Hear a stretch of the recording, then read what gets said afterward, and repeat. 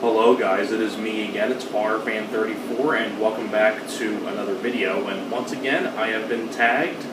Love doing these horror tags, these are always very entertaining to do. I've been a part of a couple of these already, and I've been tagged, like I said, once again.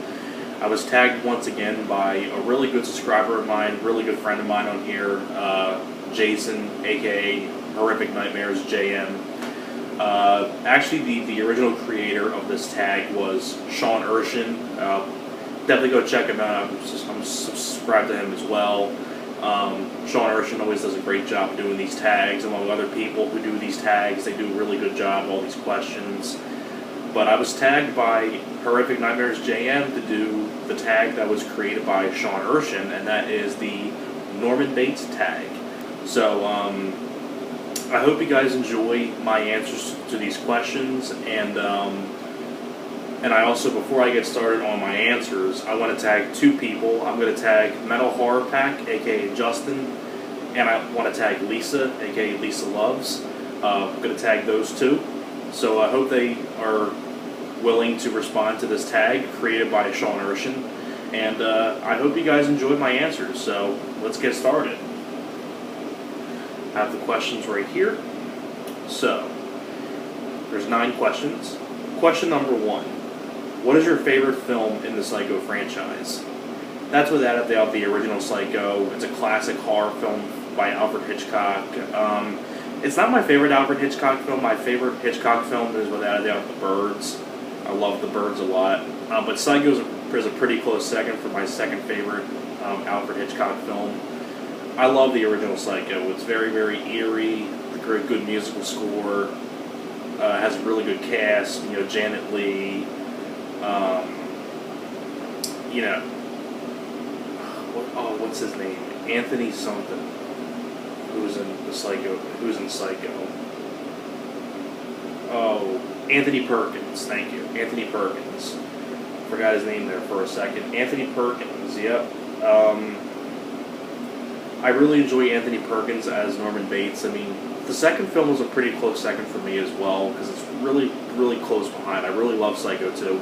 I pretty much enjoy all the Psycho films, well, minus the remake, but I just enjoy the original Psycho. It's a classic film. I mean, nothing much more can be said. It's a classic. It's a very iconic film in the horror genre. It's just a really good movie. Question number 2. In Psycho 2, Norman is pushed to the edge of sanity. If he wasn't provoked, would he return to his murderous ways? I have to agree on Jason on this one, because this could have gone either way. Yes and no. No, because he wouldn't go back to his murderous ways, because I think he was rehabilitated long enough so that way he wouldn't go back to his ways of what he was doing. And at the same time, yes, because if he stayed in that house, then he probably would have continued the way he was and his murderous ways and things like that. So I really have to agree with Jason on that one. That could have gone either way, yes or no. So I'm going to say yes and no for that one. Question number 3. Is Psycho 3 a slasher film? Absolutely. I think Psycho 3, I think that's one of the main reasons why I enjoy Psycho 3, because I'm a big fan of the slasher subgenre of horror. I mean, that's my favorite subgenre of horror is slashers. You know, Texas Chainsaw Massacre, Halloween, the Jason films, the Freddy films, My Bloody Valentine, The Burning. Like, I'm a really big fan of the slasher genre of horror. And being a big slasher fan, I really have a soft spot for Psycho 3. It's a straight-up slasher film. And I believe it was the only one that was directed by Anthony Perkins, who did Psycho 3. So I think he did a very solid job directing too, Anthony Perkins. I think he did a really solid job. That was one of the only 2 films that he directed. He directed another film, but the one I remember the most is Psycho 3. And I think he did a good job, and I think it's a pretty good idea. I mean, it's a different kind of idea for a Psycho film. Just make it a straight-up slasher film. And, you know, I usually am one of those kind of people that's up for slashers, and I enjoy Psycho 3 because of the slasher feel. I really enjoy Psycho 3. Question number 4. Do you think Psycho 4 should have been should have either have been a full prequel, a full sequel, or do you enjoy it the way it is? I think Psycho 4 is good the way it is, just because I like the cast. You know, Henry Thomas, you know, Elliot from E.T. is the young Norman Bates. I like Olivia Hussey. And Psycho 4, for being a TV movie, I think it's a pretty solid TV flick. I enjoy Psycho 4 the way it is. I think it's just fine the way it is. Just the cast I like. And like I said, for a television film, it's a pretty solid one, you know. You want to see a really bad TV horror sequel, go watch Omen 4. I mean, that's a bad one. At least in my opinion.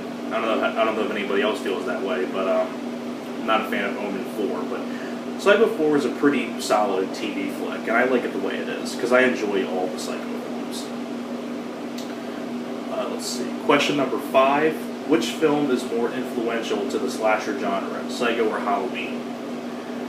I think Psycho was influential just for the horror genre in general.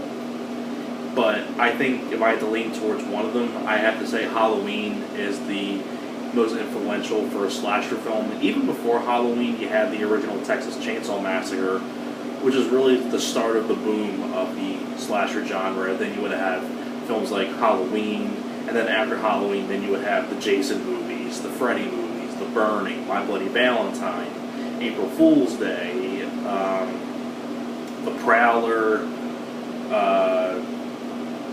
and so many, many more that I'm not thinking of at the moment. But Halloween was really one of those most influential slasher films because it introduced pretty much like the second biggest serial killer in all of horror films, and that's Michael Myers. Because you already got introduced to Leatherface, and then you got introduced to Michael Myers, and then after that you would be introduced to Jason, and then after that you go to Freddy. And I think that's what really got the slasher genre started, was Texas Chainsaw and Halloween. Because then a lot of slasher films would proceed after Halloween. So I would have to say Halloween was definitely the more influential one for the slasher genre. Question number 6. Norman Bates is based on a real-life serial killer, Ed Gein. Do you agree with the choice to make Norman a more charming, handsome, and relatable character? I have to say that is a very good idea, because I think it's more creepier when you have a serial killer who's really charming. He seems like a really normal guy. He doesn't seem crazy. He doesn't seem nuts. You know, compared to because, you know, Texas Chainsaw Massacre was based on Ed Gein as well, but that family was already psychotic. I mean, you can see right with your eyes, like, that family was, like, absolutely psychotic. When you look at a character like Norman Bates, he's really more subtle. You know, he's charming, he's a handsome guy, he's a normal-looking guy, he just seems normal. I mean, nothing jumps out at you. I mean, he's a laid-back guy, he's charming. And I think that's what makes Norman Bates more creepier, and I think that's why it was a good idea making him a charming, like, looking character. I mean, I like that idea. It's more creepier that way, too. Question number 7. What are your thoughts on the Bates Motel TV series? Does it help or hurt the Psycho legacy? I enjoy the Psycho TV series because I like the cast, and I don't think it really hurts the Psycho franchise at all. I mean, it's way better than the Psycho remake, I'll give you that for sure. But it doesn't hurt the franchise at all. I think it helps the franchise quite a bit. It keeps everything fresh and all that stuff. Granted, the last season was a little disappointing, but for the most part, I think the Psycho series helps the franchise quite a bit. I think it does. Question number 8. If you had to remake Psycho, what would you do differently than Gus Van Sant? I have to agree with Jason once again on this one. Just leave Psycho. You should have just left Psycho alone. I wouldn't have done anything. I just would have left Psycho alone the way it was. It didn't need a remake. And it just boggles my mind that you have a very talented director like Gus Van Sant, who just came off of Good Will Hunting, which won a couple of Oscars. Good Will Hunting is a great movie. It's my favorite Robin Williams flick. Robin Williams won the Academy Award for that. Matt Damon, Ben Affleck won Academy Awards for that as well. Gus Van Sant did a great job, and it's just hard to believe that he went from that to to making a shot-by-shot remake of Psycho. Like there's no point of watching this except that it's in color, and they just added a few tiny little details that meant absolutely nothing.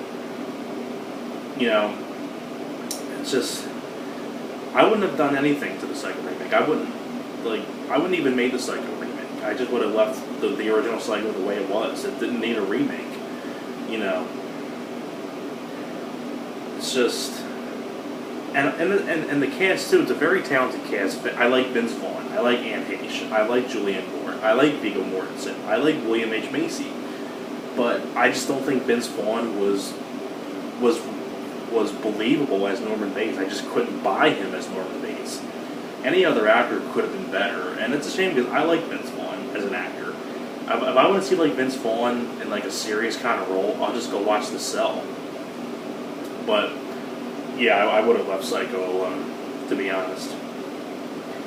And the last question, question number 9. If you met Norman Bates and you overheard him talking to Mother in the next room, how would you react? I run for my life. That's all I gotta say on that. I just run for my life. But, so yeah, those are my answers, and I hope you guys enjoyed my answers to these questions. So thanks a lot for watching, and I will see you guys next time. Alright guys, take care.